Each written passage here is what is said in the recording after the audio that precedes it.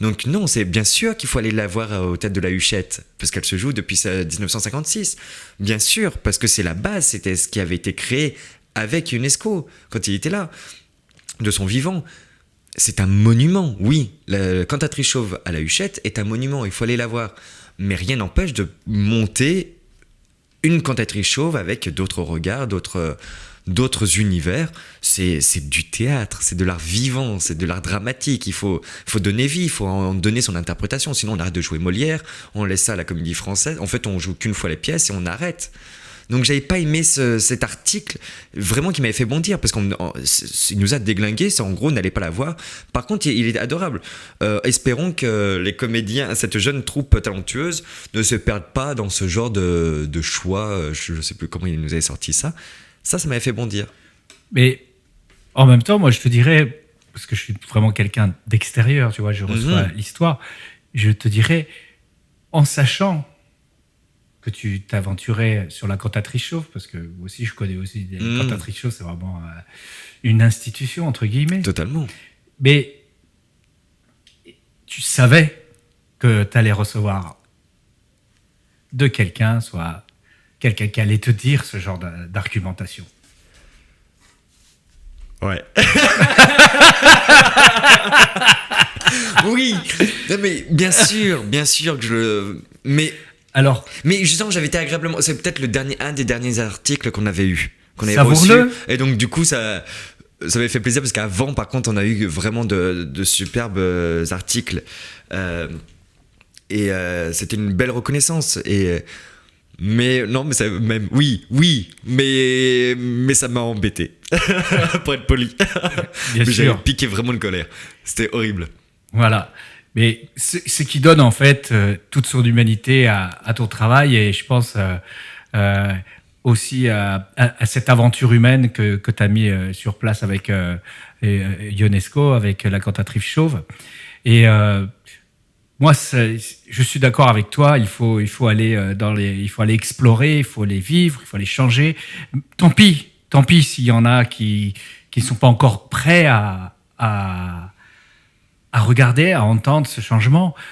Chacun évolue à sa vitesse, mais en même temps, on va être vexés nous-mêmes parce que notre affect existe. Mais c'est aussi une victoire. Oui, non, en plus, là on est sur la cantatrice chauve, mais ce spectacle en soi est une victoire. L'idée de monter ce spectacle datait déjà du lycée où j'avais fait un bac littéraire option théâtre. Et j'avais donc, quand on est en option lourde théâtre, il y a des intervenants extérieurs. Et un des intervenants extérieurs nous avait demandé justement de travailler sur la cantatrice chauve, d'en faire une analyse de la pièce et d'en faire une argumentation d'une mise en scène qu'on pourrait éventuellement faire et en créer une maquette de cette mise en scène qui nous était propre. Ce que j'ai fait. Et donc j'avais décrit exactement ce que j'ai monté presque 10 ans après. Et j'avais eu 6 parce que mon professeur me détestait.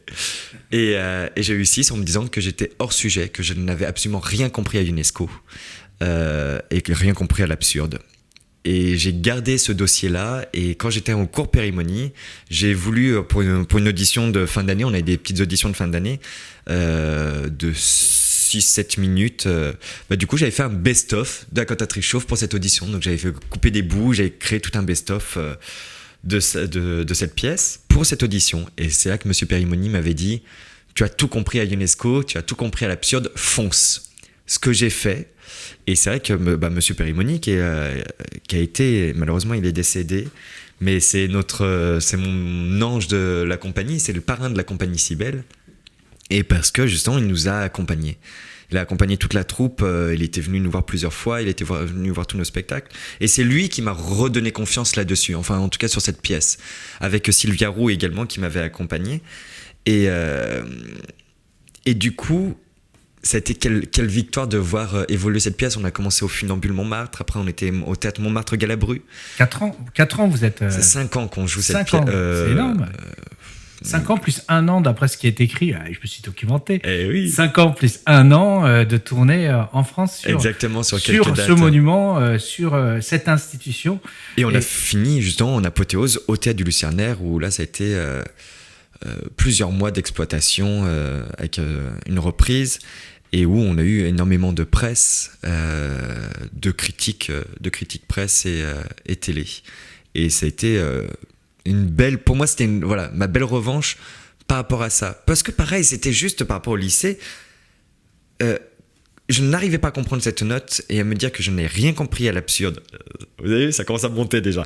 À l'absurde et à l'auteur. Parce que ça reste encore... C'est de l'absurde.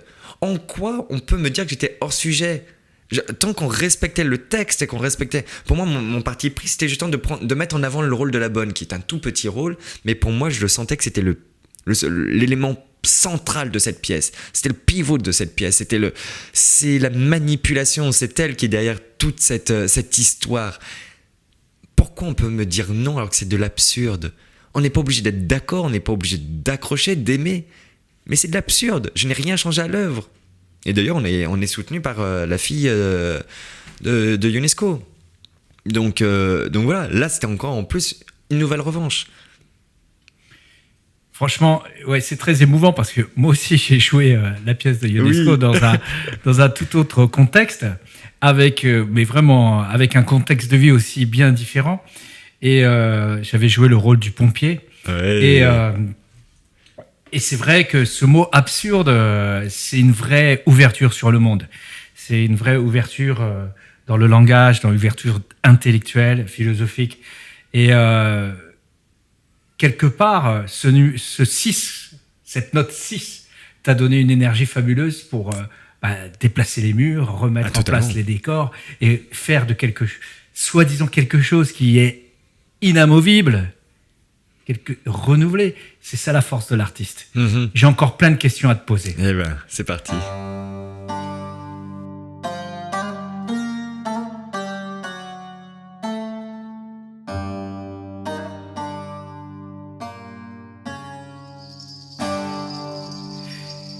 Donc la question qui arrive, c'est une question un peu plus technique, plus en rapport avec la proxémie. Et j'aimerais savoir un peu ton approche en tant que metteur en scène.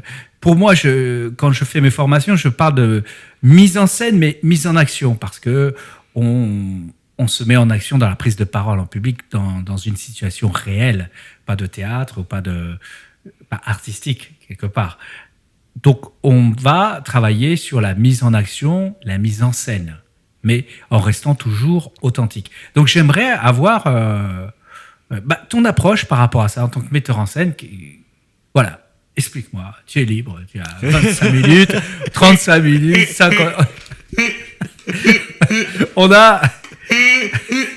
a le temps qu'il faut. On est à la maison, on est entre nous. Voilà, exactement. Non, mon approche sur la mise en scène, d'un point de vue artistique, vraiment, je m'inspire. Alors, je travaille énormément en musique pour m'inspirer, pour répéter. J'adore ça. J'ai besoin de musique. Si je manque d'inspiration, les comédiens pourront te dire que justement, il y a des moments où j'attendais 2 secondes, il faut que j'aille mettre mes écouteurs, je me mets ma musique à fond pendant 5 minutes et je reviens. Et tu mets quoi comme musique ? De tout. Ça dépend. En fait, ça dépend selon les pièces. Il y a, je sais pas, il y a une musique qui va m'embarquer sur telle. Par exemple, la dernière pièce que j'avais commencé à créer. Finalement, c'était un projet avorté, mais c'est ce qui arrive. Je m'étais inspiré beaucoup des musiques du Cirque du Soleil. Voilà, ça peut être de tout. Ça peut être là pour mon prochain projet, je suis sur des percussions. Ça dépend. La cantatrice chauve, c'était parti sur le film Chicago, avec la musique du film Chicago et d'Elephant Man. Et après, c'était parti... Vas-y, chante là. Tu te rappelles de la mélodie ? Non. En tout cas, je suis pas chanteur, donc non, j'arriverai pas à retranscrire. J'ai dans la tête, mais ça, non. Ouais, donc t'arrives avec tes écouteurs et ça te reconcentre. Et puis ça peut être des groupes. Il y avait pour la cantatrice chauve, pour la période du Lucernaire, quand on reprenait, j'écoutais le groupe iPhone à fond, parce que ça était plein d'énergie. J'écoute du classique, j'écoute vraiment de tout. C'est selon si j'arrive à créer des liens avec la pièce, mais pour moi-même. Faut pas chercher les liens parce que j'ai déjà essayé d'expliquer et personne m'a suivi, je passe pour un fou. Mais voilà, tant que ça me dégage une émotion qui est en lien avec la pièce, en tout cas voilà, je m'inspire beaucoup comme ça. Et après par rapport, donc pour revenir à la mise en scène, je travaille comme si j'aurais rêvé peindre, dessiner, et je ne sais pas du tout dessiner ni peindre. Mais du coup, je me prends souvent en tant que metteur en scène comme un peintre. Je dessine des tableaux. Je m'inspire beaucoup d'images, de tableaux, de photographies. Et après, toutes mes scènes sont des tableaux vivants. J'adore ça. C'est pour ça que ma mise en scène est souvent précise et parce que je trouve que il faut de l'esthétisme. J'aime beaucoup la poésie, j'aime beaucoup l'esthétisme, j'aime beaucoup les couleurs, j'aime beaucoup voilà, et la précision. Et du coup, pour moi, ce sont, comme j'avais dit, mes inspirations. Déjà, je rêve mes mises en scène. Enfin, je les travaille dans mon sommeil. Et donc, comme un film. Et donc, c'est pour ça qu'à chaque fois, j'explique un peu mon tableau. Je dis, voilà, aux comédiens, voilà un peu pour cette scène, comment je vois mon tableau. Si j'ai des images, je leur donne des images qui m'ont inspiré. Je leur fais écouter des musiques. Mais je pars de tableau et après, je vais donner vie à ce tableau. Donc voilà pour ma mise en scène, je dessine, je schématise, je crée mon petit tableau, je veux que ça soit ça et après on va lui donner vie. Donc tu fais attention à quoi? Alors tu arrives, tu vas mettre la mise en scène, c'est aussi de faire de l'architecture. Alors attention, hein, je commence à délirer un petit peu, de l'architecture d'intérieur. C'est de l'esthétisme parce que tu as bien cette couleur, parce que ça correspond au théâtre. C'est quoi? Ou alors c'est le rapport réel par rapport à vraiment ton rêve, le message que tu veux passer et comment tu lis justement ces objets, ces couleurs. Je travaille beaucoup avec les couleurs. Par exemple, la cantatrice chauve, c'était tout de suite, je voulais un spectacle en noir et blanc. J'étais totalement inspiré d'un univers de Tim Burton que j'adore et que justement je trouve que Tim Burton a ce rapport, l'effet miroir. Tim Burton, j'ai été beaucoup touché par Édouard aux mains d'argent, l'incroyable Noël de Mr. Jack. Ces couleurs et ce rapport à la mort, je trouve qu'il y a quelque chose. Tim Burton, c'est froid, c'est Beetlejuice. Et il y a souvent un rapport à la mort, il y a un rapport, c'est beaucoup très... tout est très droit, rectiligne, et à la fois il y a de l'excentrique, et de l'excentrisme, pardon, et du noir et blanc, et ce rapport à la mort, qui finalement nous fait une thérapie pour accepter la mort aussi. On en rigole, il nous embarque dans un univers qui nous fait du bien. Enfin, en tout cas, moi, je sais que j'ai un rapport difficile à la mort. Et en fait, quand je vois du Tim Burton, ça me fait du bien. Ça me soigne de ce rapport difficile à la mort. J'adore. Et cette cantatrice chauve, c'était ça. Je voulais parce que je trouve qu'on touche, et je pense que c'est ce qui a fonctionné, c'est de pouvoir toucher un public. Et je voulais ces masques blancs, parce que pareil, je voulais que le public puisse s'identifier à chacun des personnages. Donc du coup, d'avoir un masque blanc pour être totalement neutre à la fois. Donc c'est les couleurs, les costumes, une époque, quelque chose. J'avais monté un Ruy Blas. Ruy Blas, je voulais un côté porcelaine, parce que pour moi, c'était justement sur la fragilité de l'être humain. Le paraître et la fragilité de l'être humain. Donc voilà, je cherche... c'est des couleurs comme ça qui m'interpellent et on va partir de ce constat-là et on va créer. Plus que l'architecture, je repense à la question, parce que c'est vrai que je parle, je m'éloigne. Mais par rapport à ce que tu me disais, je suis pas trop sur la scénographie. Je suis d'ailleurs plus dans des décors minimalistes, pour justement, avec des éléments précis, concrets, qui vont accompagner le spectacle, accompagner le spectateur à projeter, parce que j'aime faire travailler le spectateur à développer son imaginaire, à le projeter, qu'il puisse avoir sa liberté lui aussi d'imaginer là où ça peut se passer. La cantatrice chauve, c'était dans un non-lieu, ça aurait pu être dans une maison, dans un appartement bourgeois, dans un non-lieu. Pour moi, c'était un non-lieu, mais à chacun de faire sa propre interprétation. Donc voilà, j'aime apporter des touches d'éléments, j'aime travailler avec la cage noire, comme on dit au théâtre, ce truc où vous êtes qu'avec les pendrillons, le rideau de fond de scène. j'aime ça, j'aime pouvoir avoir des éléments. Après, j'ai aimé avec les 7 de la Cité, où c'était une commande. Là, c'était pas avec la troupe des 7 de la Cité. Ils sont venus me chercher en tant que metteur en scène, donc je répondais à cette demande, et donc eux aiment travailler justement dans les décors, et j'ai adoré. On avait un budget décor avec Gilles Boileau, qui est un sublime scénographe, qui nous fait un travail extraordinaire, qui est talentueux comme pas possible, et qui m'a fait des décors magnifiques. Et ça, j'ai adoré aussi dessiner ces décors et travailler dans des vrais décors. Mais c'est vrai que quand ce sont mes spectacles que j'ai choisis, je souhaite partager avec le public, c'est de faire passer des messages, j'aime bien ces décors minimalistes, vraiment, d'avoir que des éléments et de pouvoir faire développer l'imaginaire du public. Des décors portes ouvertes. Exactement. Je vais garder, je le note même. Décors portes ouvertes.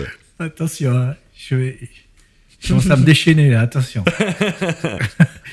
Donc, non, ce qui est super intéressant là-dessus, c'est que tu cherches à créer des espaces d'expression et grâce au décor. Et donc, tu travailles l'espace et les objets au service de ces espaces d'expression. Cela me rappelle une réflexion de Edward T. Hall, qui a une réflexion sur la proxémie. Donc, c'est lui qui a créé et qui travaille sur ce domaine-là, et qui dit voilà, que souvent les Occidentaux voient les objets, et les Asiatiques, les Japonais, voient les espaces. Les espaces, parce que justement, eux vivent dans des espaces, ils n'ont pas beaucoup d'espace là où ils vivaient. Donc, ce besoin de créer des espaces d'expression, des espaces de vie.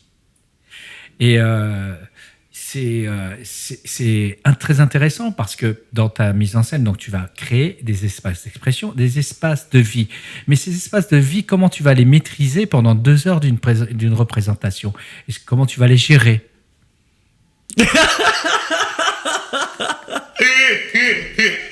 Très bien, très bonne question. Je rigole moi aussi. Hein. Oui, je t'ai précisé. Il sait la question qu'il vient de me poser.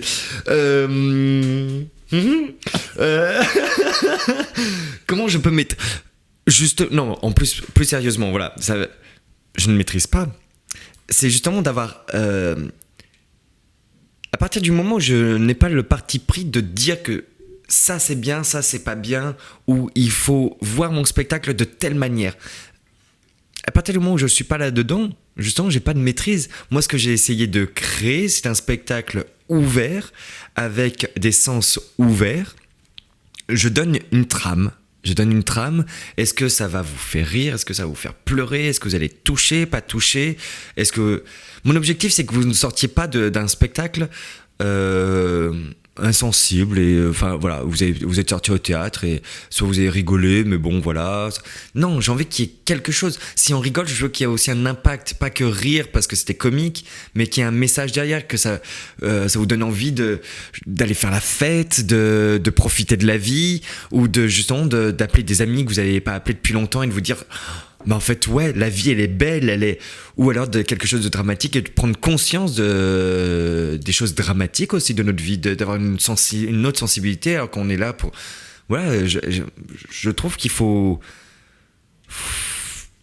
J'aime pas qu'on se cache derrière les choses. Pour moi, les choses où je me plains pas de l'époque dans laquelle je vis, mais j'aime pas les leçons de morale non plus. J'aime qu'on sensibilise, prendre conscience des choses. Oui, la planète va mal. Par contre, de me faire la leçon de morale, les déchets... Non, d'abord sensibilisons, prenons conscience des choses, et en prenant conscience de soi-même, par soi-même des choses, on va être beaucoup plus sensible et prendre conscience qu'effectivement, de plus en plus, je fais attention à mes déchets, de plus en plus, j'essaie d'acheter... Voilà, que toutes les leçons de morale directement... Non. Pour moi, il faut la liberté et sensibiliser les gens. Et à travers mes spectacles, j'aime sensibiliser. Et donc, je ne maîtrise pas par rapport à la mise en scène, je ne maîtrise pas l'univers dans lequel... Je ne maîtrise pas. J'ai ouvert une boîte que je ne maîtriserai pas. J'espère tout le long, que le public aura un sentiment, aura une émotion, ressortira avec... enrichi de quelque chose. Mais je n'aurai pas la maîtrise de quoi que ce soit. Et je ne veux pas avoir la maîtrise de tout ça. En plus, je suis comédien et sur scène en tant que comédien. Je suis metteur en scène et sur le plateau en tant que comédien. C'est encore en plus, je dois m'inquiéter, être stressé de savoir si j'ai la maîtrise sur le public. Je ne tiendrai pas. Déjà que je suis très nerveux, mais là, ça ne serait pas possible. Donc, j'aime cette ouverture, c'est à eux de... Tu ne t'inquiètes pas sur avoir la maîtrise sur le public, je reprends tes mots, avoir la maîtrise sur le public. Par contre, tu veux sensibiliser, oui. Tu t'inquiètes si le public réagit. C'est ça mon message. Réponds. Mon message selon les pièces, c'est exactement ça. Je suis sensible, qui passe un bon moment généralement, sauf si c'est vraiment raté. Bon, on passe un bon moment, qu'on apprécie ou pas la pièce. Si c'est pas une catastrophe, si on a bien travaillé, voilà. Après, on peut apprécier ou pas apprécier, mais même quand on n'apprécie pas forcément la pièce, on est sorti avec des amis ou en famille, on a passé un bon petit moment et on va boire un petit coup après ou on va se faire un resto. Mais moi, c'est pas ça que voilà. Pour moi, je me dis, à partir du moment où il y a du travail, le public passera quand même un minimum de bons moments, un bon temps. Mais je veux qu'il sorte avec quelque chose. Il a payé sa place, mais en échange, je veux qu'il reparte avec quelque chose. Lorsque je fais des formations, je demande, je dis souvent qu'il faut s'intéresser à celui qui va écouter. Donc, toi, en tant que metteur en scène, quand tu vas faire une tournée, quand tu vas faire des représentations dans différents théâtres, on sait bien que les théâtres ont une âme, un esprit. Totalement. Quelle est ton approche par rapport à ça? Est-ce que tu vas t'intéresser à justement cette âme ou dans quelle région? Quel est ton public? Et est-ce que de là, le jeu et la mise en scène se transforment? Oui, ça dépend de la pièce, mais effectivement, c'est hyper important. Il y a des villes où le public est plus exigeant. Donc, il faudra... Par exemple, sur une comédie, moi, j'aime bien ne pas plonger vraiment dans la vanne. J'aime bien la subtilité, voilà. Et donc, il y a des villes où, justement, exigeantes, avec un public exigeant, qui a plus cette approche de la subtilité, qui est plus à l'écoute. D'autres villes qui ne seront pas du tout sensibles à la subtilité. Donc, il faut servir aussi le spectacle. Après, par contre, je garde quand même... Enfin, ils ont voulu... le théâtre qui nous achète connaît généralement son public aussi. Donc, il sait que la pièce va plaire ou non. Mais on s'adapte quand même. Et puis après, on s'adapte. Les plateaux sont tous différents aussi. Donc non, j'aime bien me renseigner sur un peu l'histoire de la ville, sur l'histoire du théâtre et un peu le public. Dernière question. La mise en scène s'improvise-t-elle? C'est-à-dire au moment de la création? Toi, t'as pas le droit de poser de questions, c'est moi. Pardon. Vive là. J'ai pas le droit de poser des questions. Comment je peux détourner ça? Justement, il y a plusieurs approches. Ta question. Je répète ma question. Oui. C'est la mise en scène s'improvise-t-elle? D'instinct comme ça, je te répondrai non. Mais pour moi, parce qu'il faut partir avec une base. Pour moi, il faut partir avec une base et ça demande un travail en amont. Après, par contre, il y a de la mise en scène dans le travail, dans la phase de création, où il y a des choses qui peuvent s'improviser, bien évidemment, parce qu'on est à l'écoute, on travaille avec des équipes. On travaille avec des comédiens, des êtres vivants, des êtres humains, ils sont là, ils vivent, ils ont des émotions, ils ont une sensibilité. Donc, comme je dis souvent, moi par contre, j'impose. Au début, j'impose ma vision. Vous allez faire comme je l'ai dit, et voilà. Vous faites ces déplacements, je crée mes tableaux. Ensuite, en fonction de ce tableau, on va trouver de la liberté pour les comédiens. Donc à eux de trouver sa propre liberté à travers ces contraintes-là. Et après, justement, avec cette recherche, cette quête de liberté, on va pouvoir déplacer aussi les limites, les frontières. Donc casser le tableau. S'il y a besoin, on cassera le tableau. Mais d'abord, je préfère, donc sur ça, pas d'impro. La mise en scène, pour moi, ne s'improvise pas au début. Il faut une base précise pour pouvoir faire évoluer. Pour moi, il y a un fil rouge. C'est très important. Le moindre changement de la scène 3 aura forcément un impact sur la scène 8. Je donne un exemple. Donc ça se réfléchit. Si on veut faire tel changement, si tu veux faire tel changement sur la scène 3, laisse-moi réfléchir à savoir s'il n'y a pas un impact derrière. Et il n'y a pas d'impact, ok, on y va, on va créer. Mais voilà, ça s'improvise après dans la création. Une fois qu'on a créé la fondation, les fondations du spectacle, il peut y avoir une part d'improvisation parce qu'on travaille avec des êtres vivants, que moi aussi je suis vivant aussi, que je peux changer d'avis et que voilà, c'est un art vivant. Hein, donc, 4 ans après, cette mise en scène, elle a dû bien changer par rapport à. Sur la cantatrice chauve ? Ouais. Pas du tout. Pas du tout, du tout. Pas du tout, du tout, du tout. Ah, c'est incroyable. Alors qu'on a changé d'équipe, j'ai changé 4 ou 5 fois d'équipe. Ça veut dire que tes espaces de liberté étaient... Bah après, les personnages ont... Tout a été bien... Ah oui, la mise en scène n'a pas du tout évolué, n'a pas du tout changé. Par contre, les personnages ont été différents. Même s'ils restaient à peu près dans un moule, il y avait quelque chose, mais ils ont tous... Moi qui interprète Monsieur Smith, j'ai quand même eu plusieurs femmes. Enfin, vu qu'on a changé, j'ai dû avoir 5 ou 6 femmes différentes, 5 ou 6 Madame Smith différentes, et toutes ont été différentes. Alors que par contre, la mise en scène, elles ont fait les mêmes déplacements. On a justement le côté maquillé, grimé tout en noir et blanc. C'est parce qu'on a un côté un peu pantesque, nous sommes une sorte de pantin. Et donc tout a été travaillé, il y a beaucoup de corps dedans, et les déplacements sont les mêmes, sont identiques, mais à chaque fois il y avait un jeu différent. Je pars aussi du constat, je pars de la personne, de l'interprète. Donc on part de cette personne-là. Alors ce que tu es en train de me dire, ça me fait penser à, en fait, le metteur en scène. Donc tu vas mettre en place tout un cadre, un parcours émotionnel, dynamique, dramatique, un parcours défini qui va aider à l'expression libre d'un sentiment, d'un message, d'un moment de vie. Je place des rails. Mais j'ai l'impression, ça, si je déplace un peu du côté, on va dire un peu moins théâtral, un peu moins artistique, j'ai l'impression que tu donnes une sorte d'accord à prendre, d'accords de langage, des accords, pour pouvoir exprimer le mieux possible un moment de vie, un sentiment fort sur lequel tu as travaillé, et exprimer un point de réflexion. Quand je dis un point, c'est le démarrage de réflexion chez tout le monde. On est libre de ce point-là, mais la réflexion, elle va démarrer. Oui. Et je pense donc à quelqu'un, le metteur en scène, quelqu'un qui va écrire des accords. Ouais, je signe cet accord-là. Non, c'est exactement ça. C'est vrai que c'est des termes, pour moi, accord, c'est tout de suite un peu plus juridique ou de la vie concrète ou moins artistique, mais c'est ça. C'est ça, c'est signer un accord. J'ai un accord avec les comédiens, mais j'ai avant tout l'accord avec le public. Je me dois à un public. Pour moi, je veux transmettre, je veux partager, donc effectivement il y a les contraintes. Je crée des rails, et sur ces rails après les comédiens vont être libres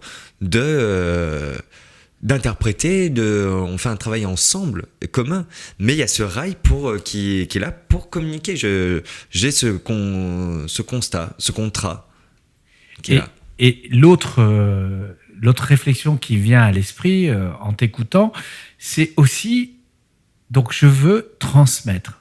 Je veux absolument transmettre. Tout à l'heure, quand tu nous as présenté ton métier, je veux partager. Ouais. Et ça m'est égal ce que le public va me rendre. Et après, tu me parles de l'effet miroir. Et je vois que c'est un accord, c'est une proposition au langage, mais c'est surtout une invitation à partager. Ah, totalement. Et il n'y a plus, et je pense que c'est là la dimension artistique, il n'y a pas d'attente, il n'y a pas de négociation. C'est vraiment un accord. Mm-hmm. Donc, vraiment une note, un mot d'humanité.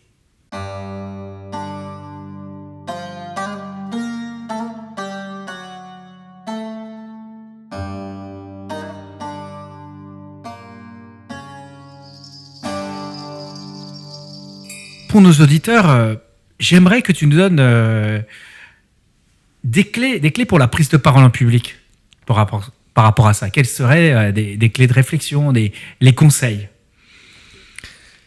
Les conseils, c'est pour la prise de parole en public, c'est vraiment... Il faut des outils. Je reprends vraiment l'expression de Monsieur Perimoni qui nous disait qu'on est vraiment comme des ouvriers, on a une boîte à outils. La boîte à outils, faut pas l'oublier, c'est notre corps, c'est nous. Donc oui, ça rejoint un peu les interventions que j'effectue au lycée Paul-Éluard de Saint-Denis. C'est de prendre confiance en soi, de savoir gérer son stress. Je ne vais pas transformer quelqu'un de timide en un grand orateur. C'est pas mon but. Je ne vais pas transformer les gens. Moi-même, je peux être timide. Il y a des moments où je suis moins timide. Mais on ne peut pas changer. Je ne suis pas pour changer. Je trouve une personne timide, ça a son charme aussi, ça a tout. Mais c'est pas parce que vous êtes timide que vous ne pouvez rien faire, que vous ne pourrez jamais prendre la parole en public. Donc pour ça demande des techniques, ça demande de s'entraîner et de connaître son corps. Donc connaître son corps, c'est justement passer par la technique. Donc déjà, il y a la respiration abdominale, respirer avec le ventre et non pas avec les poumons. On respire tout le temps, c'est la technique de théâtre. Respiration abdominale, vous mettez votre main au niveau du nombril et vous gonflez votre ventre. Ce qui est souvent utilisé, je crois, pour le yoga, pour la méditation et tout ça. Parce que ça nous recentre. De deux, c'est une technique aussi pour pouvoir parler, on dit parler plus largement, d'élargir sa voix, c'est-à-dire de parler plus fort. Mais parler plus fort, c'est pas justement, c'est pour ça qu'on dit on élargit la voix. Parler plus fort, c'est au théâtre, c'est on élargit la voix, mais c'est pas justement crier. On ne parle pas en hurlant. Donc c'est justement de maîtriser sa voix, de maîtriser le sens de sa voix et l'impact. Donc voilà, c'est une respiration, travail de voix, de trouver aussi sa voix, son médium, qu'elle soit placée. Donc pour ça, vous pouvez monter dans les aigus, descendre dans les graves, monter dans les aigus, redescendre dans les graves. Et vous allez voir qu'à force, ça va travailler votre voix, vous allez trouver votre médium. Donc la respiration, après il y a le corps, la posture, toujours bien ancré. N'oubliez pas que le cerveau est notre moteur. Vous avez la machine, la batterie qui est le cœur, mais le cerveau, c'est lui qui commande tout. Donc c'est lui, le moindre geste, dès que vous levez, vous bougez un doigt, un orteil, c'est votre cerveau qui donne l'ordre aux muscles, aux nerfs et tout ça. Je ne me connais pas plus, donc je fais simple. Donc le cerveau, si vous lui donnez 15 000 informations, en fait, n'oublions pas aussi, il y a la gravité. Donc si vous n'êtes pas droit, si vous n'êtes pas ancré dans le sol, si vous êtes un peu avachi, un peu sur le côté, vous ne pourrez pas vous concentrer sur votre technique, votre gestion du stress et votre discours. Donc déjà, ça demande parce que du coup, votre cerveau se concentre sur tout ça, plus il est en train de chercher sa gravité, sa stabilité, plus il est en train de chercher, parce que du coup d'être tordu, j'ai mal au dos, donc il cherche sa posture. Ça y est, comme là, ce que je viens de vous dire, c'est trop d'informations. Stop. Le cerveau, il peut plus. Donc, vous ne pourrez plus rien maîtriser. Vous allez perdre vos moyens, vous allez être stressé, vous allez voir les gens en face et c'est fini pour vous. Donc, c'est déjà avant tout, c'est de gérer son stress de par la respiration. Ensuite, c'est d'avoir une stabilité. Donc, qu'on soit assis ou debout, c'est d'avoir les jambes légèrement écartées, les pieds bien ancrés dans le sol. Je sens les orteils qui touchent le sol, tout comme les talons. Je ne suis ni en avant ni en arrière. Je trouve mon équilibre en fonction de la gravité et de même de gauche à droite. Je suis bien ancré au centre. Mes bras, j'essaie de détendre les épaules et je me place. Si vous avez un pupitre, vous placez les mains correctement sur le pupitre, mais qui est le moins d'informations pour détendre le cerveau. Il faut totalement détendre ce cerveau parce que sinon il va être perturbé. Et si vous détendez ce cerveau, vous pourrez d'autant plus vous concentrer sur la gestion du stress de par votre respiration, votre voix. Ça se travaille également d'élargir, comme je disais, le médium et après de projeter. Et on peut se concentrer également sur l'articulation, c'est toujours plus agréable. Et vous verrez que là, déjà, pour la prise de parole, vous allez avoir une carrure, vous allez avoir un impact. Vous aurez beau être timide ou quoi que ce soit, ça ne change rien. Ça va vous donner une importance. Merci de ces précieux conseils. Et toi, si j'ai envie de mettre en scène, si j'ai envie de travailler ma proxémie sur ma prise de parole en public, est-ce qu'il y a des choses à préparer, des choses où est-ce qu'il faut que je cherche, qu'est-ce que je dois faire, si je dois faire une mise en scène ou une petite mise en action? Il faut faire attention, c'est mon avis, c'est mon simple avis, faire attention à la mise en scène d'un discours ou de quelque chose. N'oubliez pas que le plus important reste votre message, que ça soit au théâtre artistique, donc on a un message à véhiculer avec une pièce, on veut partager quelque chose, un message, qu'un discours. Si vous devez prendre la parole en public, que ce soit un discours, vous avez un message. À partir du moment où vous prenez la parole, c'est que vous voulez transmettre un message. Donc n'oublions pas le sens, l'importance de ce message. Donc de trop mettre en scène risque de faire perdre le sens de votre message. Pour moi, le mieux, c'est quand même de rester... si vous n'êtes pas très à l'aise, de rester ancré. Vous restez droit et ancré, de ne pas bouger. Après, si vous êtes beaucoup plus à l'aise, vous pouvez prendre l'espace, parce que du coup, c'est vrai que ça nous soulage un peu, surtout si le discours est très important, un peu, excusez-moi, mais pompeux, ou avec beaucoup d'informations, ou avec des chiffres, pour qu'on puisse suivre, pour rendre plus vivant, on peut déjà parler un peu plus avec les mains aussi, se déplacer, pour prendre l'espace, prendre possession de l'espace. Parce que prendre possession de l'espace, c'est vrai qu'on aura un peu plus confiance en vous aussi, mais si vous maîtrisez cet espace, parce qu'on va voir que si vous maîtrisez l'espace, le message va passer parce que vous allez installer une sorte de climat de confiance. C'est pour ça que je dis attention, si vous êtes à l'aise, faites-le, mais attention de ne pas vous perdre. Vous savez, vous allez vous placer plus j'allais dire à cour ou à jardin, c'est le langage de théâtre, mais plus si vous êtes sur une estrade, à gauche ou à droite, en avant-scène, en fond de scène, au centre. Il faut essayer de le penser quand même, il ne faut pas trop improviser, parce que sinon on va... Donc il y a un travail de reconnaissance à faire. Oui, très important. Même, il n'y a pas besoin... Si vous avez une heure ou deux avant, c'est parfait pour avoir une reconnaissance de l'espace, du lieu, pareil de l'acoustique, et pour vous entraîner. Mais après, si vous avez 5 minutes, c'est toujours bien. Prenez 5 minutes, c'est très très très important. Prenez 5 minutes d'analyse de la situation, d'analyse de l'espace. L'espace, c'est quoi? C'est la lumière, comment le mobilier, comment les chambres vont être installées. Est-ce que ma voix porte pas? Voilà, alors déjà c'est tester la voix par rapport à l'acoustique, voir si elle porte ou elle porte pas selon le lieu, si vous allez être branché au micro. Très important de faire des tests aussi, que ce soit pas trop fort.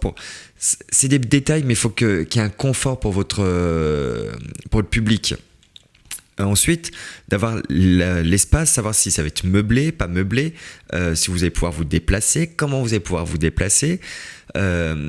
La lumière, de voir les lumières les lumières, c'est de voir comment ça va être pour prendre connaissance de l'univers sur lequel vous allez évoluer pendant votre discours. Et après, ça se sent la lumière. Et c'est vrai qu'il y en a beaucoup qui oublient. J'ai vu plusieurs fois des conférences ou des choses où on ne sent pas la lumière. Et en fait, c'est très bien, le pupitre est éclairé. J'ai décidé de bouger et je me retrouve dans le noir. Et je continue mon discours. Sauf que moi, en tant que metteur en scène en plus et comédien, ça m'horripile. J'ai juste envie, c'est de monter sur scène, de le tirer pour le remettre dans la lumière. On le sent quand même, la différence. C'est pas parce que je suis comédien, c'est n'importe qui. Dès que vous êtes éclairé, vous sentez si vous êtes éclairé ou non. Donc après, c'est bien de toujours se recadrer dans la lumière. C'est très important. Parce que les gens qui nous écoutent ont besoin d'avoir un repère. C'est pour ça qu'il ne faut pas trop bouger, ça ne sert à rien. Parce qu'au bout d'un moment, vous allez saouler tout le monde à bouger dans tous les sens.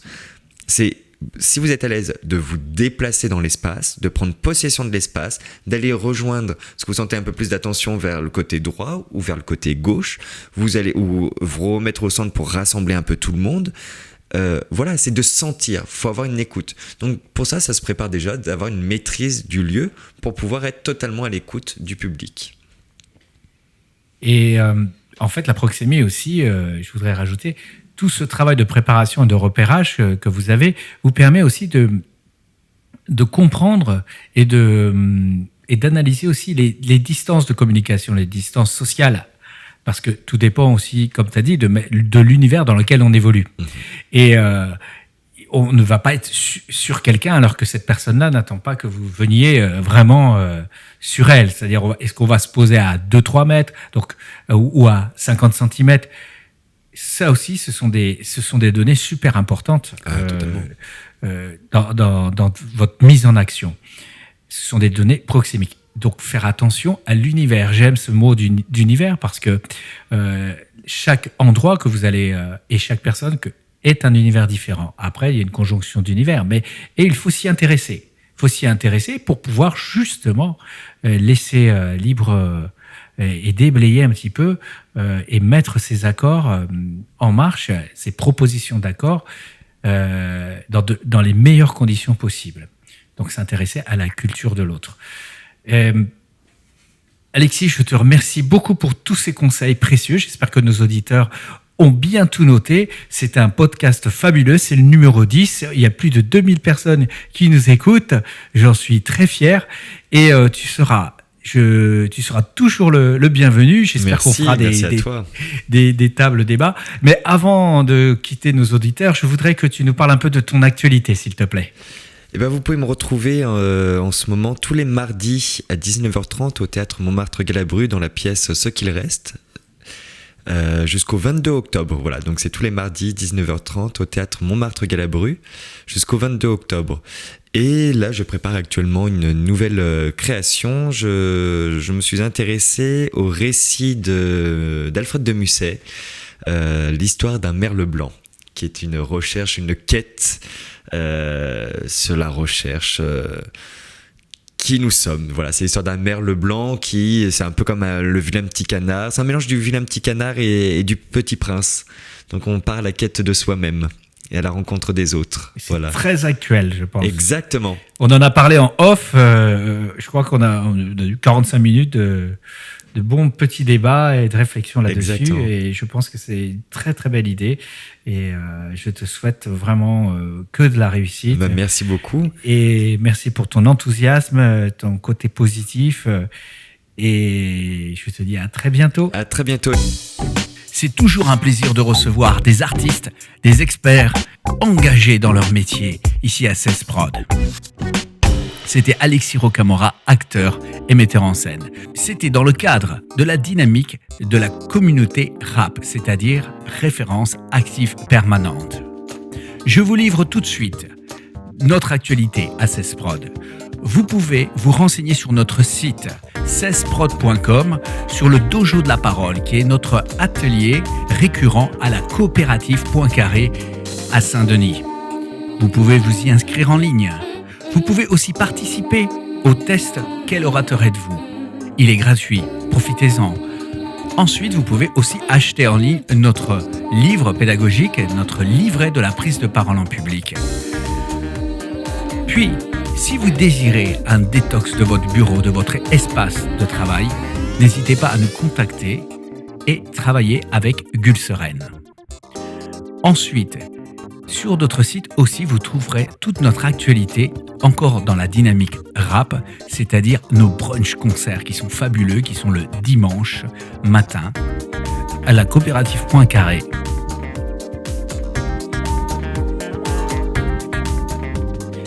N'oubliez pas de nous soutenir avec un petit like, un clic et aussi de participer à notre projet crowdfunding sur la Perception 360. Je vous dis à très bientôt. La prise de parole est un luxe, alors profitez-en.